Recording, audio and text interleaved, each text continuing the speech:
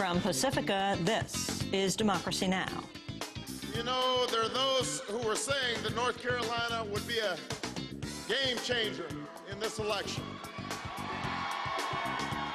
But today, what North Carolina decided is that the only game that needs changing is the one in Washington, D.C. Tonight, we've come from behind, we've broken the tie, and thanks to you, it's full speed onto the White House.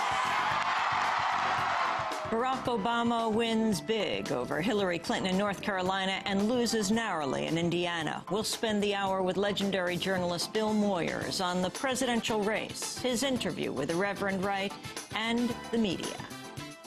All the rest of us should hang our heads in shame for letting it come to this in America, for the gluttony of the nonstop media grinder consumes us all and prevents an honest conversation on race.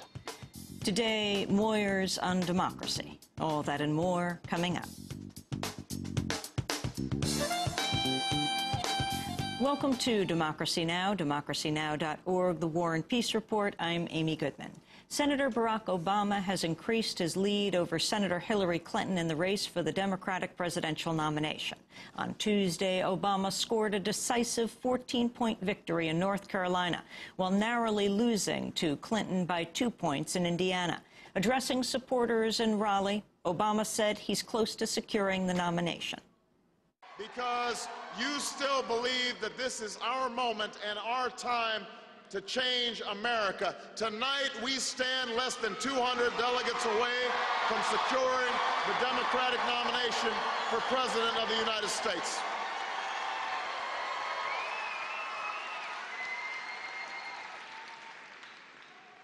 More importantly, because of you, we've seen that it's possible to overcome the politics of division and the politics of distraction, that it's possible to overcome the same old negative attacks that are always about scoring points and never about solving our problems.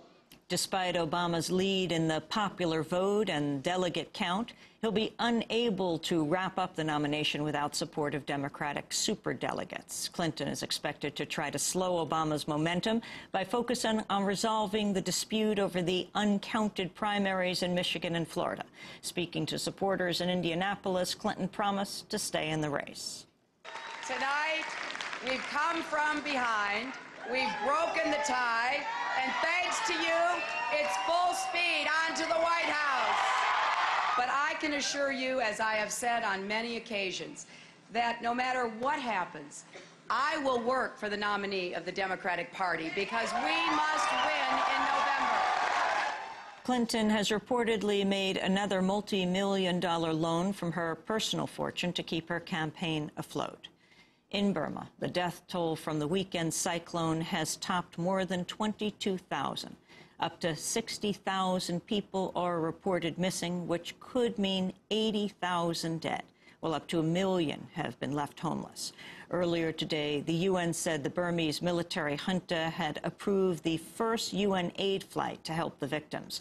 Rashid Khalikoff of the UN Disaster Relief Agency, OCHA, said hundreds of thousands are in need of aid. You also heard that the figures on the death toll now are more than 22,000. There is also figures used that more than 40,000 are still missing. I wanted to tell you that unfortunately we cannot tell you how many people are in need of assistance. We just clearly understand that it probably will be in hundreds of thousands of people. The UN says an aircraft carrying 25 tons of aid will land in Burma later today. At the White House, President Bush urged the junta to accept aid from the United States. So our message is to the military rulers, let the United States come and help you, help the people. Our hearts go out to the people of Burma. We want to help them deal with this terrible disaster. At the same time, of course, we wanted to live in a free society. Cyclone Nargis was the largest to hit Asia since 1991, when 143,000 people died in Bangladesh. The Bush administration's claiming it can't find hundreds of emails from one of the most critical periods of its time in office. The White House says it's missing backup recovery files for emails beginning in March 2003, the same month that launched the invasion of Iraq. The first recorded file is dated on May 23rd of that year. That leaves open the possibility more than 2 months' worth of emails have been lost. The admission came out of a lawsuit by Citizens for Responsibility and Ethics in Washington, which is suing the White House for email records. Lawyers for prisoners at Guantanamo Bay are accusing the U.S. government of eavesdropping on their phone calls. The charge comes in a new court filing in a case seeking information on whether Guantanamo lawyers have been the targets of government surveillance. One attorney says she stopped accepting any new clients because the possibility of government spying means she can no longer guarantee confidentiality. The Justice Department has refused to acknowledge whether the lawyers have been put under surveillance.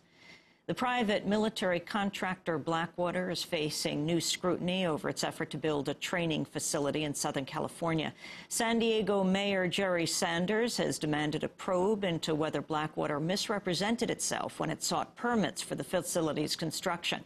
Blackwater didn't file under its own name, instead using the names of 2 subsidiaries. Earlier this year, local residents successfully blocked Blackwater from opening an 824-acre military complex known as Blackwater West in the rural hamlet of Potrero, California.